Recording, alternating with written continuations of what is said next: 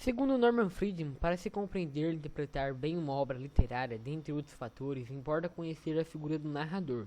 É interessante saber quem está nos contando a história em questão, se trata de um narrador em primeira ou terceira pessoa, se é um narrador personagem, qual a posição do narrador em relação à história, o modo como o narrador se comunica com o leitor, o ângulo de visão que ele oferece ao leitor.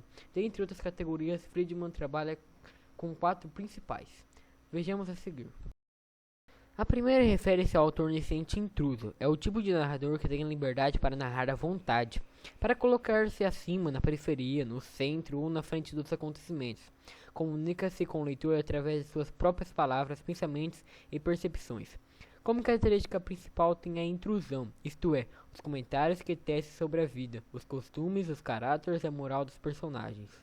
A segunda refere-se ao autor onisciente neutro. Assim como o onisciente intruso, esse também narra em terceira pessoa e utiliza-se do mesmo ângulo, distância e canais em relação à história, porém distingue-se daqueles principalmente pela ausência de intrusões em comentários gerais ou mesmo sobre o comportamento dos personagens. A terceira refere-se ao eu como testemunha. Este narra em primeira pessoa vivendo os acontecimentos descritos com um personagem secundário que observa. E por se tratar de personagens secundários, seu ângulo de visão é mais limitado, pois narra da periferia dos acontecimentos.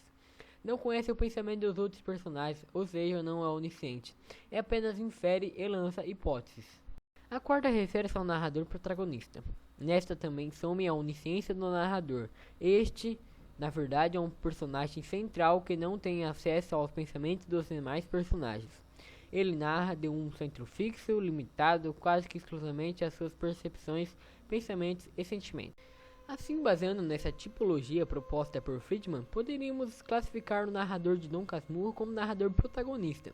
Bentinho não é onisciente e narra toda a história do seu ponto de vista.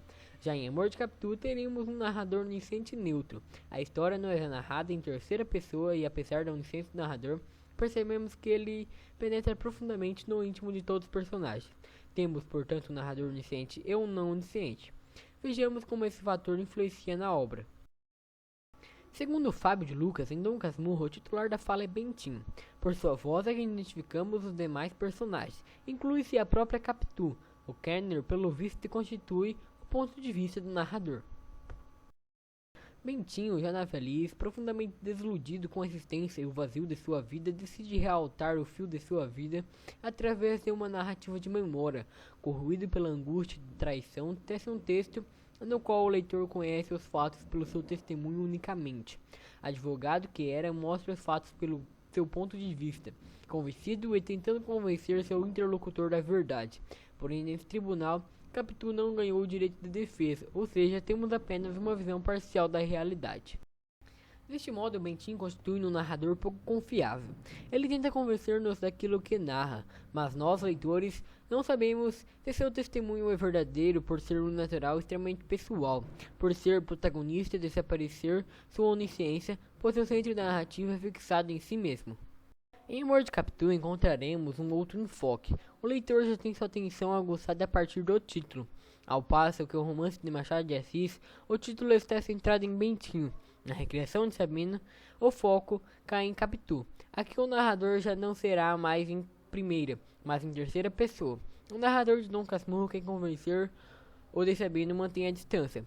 Porém é interessante ressaltar que, apesar de podermos caracterizar o narrador de Sabino como onisciente neutro, sua narrativa não é tão neutra assim. Ele se limitou ao âmbito da visão do próprio Bentinho, como nos revela nesse testemunho. A narrativa na terceira pessoa, por mim empreendida, não apresenta necessariamente ao relato condições de conhecimentos do que se passa no íntimo de todos os personagens. O método escolhido, embora na terceira pessoa, foi em máxima parte descentralizar o relato no testemunho de apenas um deles. Assim, procurei rever os acontecimentos do livro a partir do mesmo ângulo do narrador original. Ou seja, mesmo com o título Amor de Capitu e a passagem do livro para a terceira pessoa, Capitu continua sem o direito de defesa nesse tribunal, pois a narrativa foi centralizada no máximo a partir do mesmo ângulo do narrador original.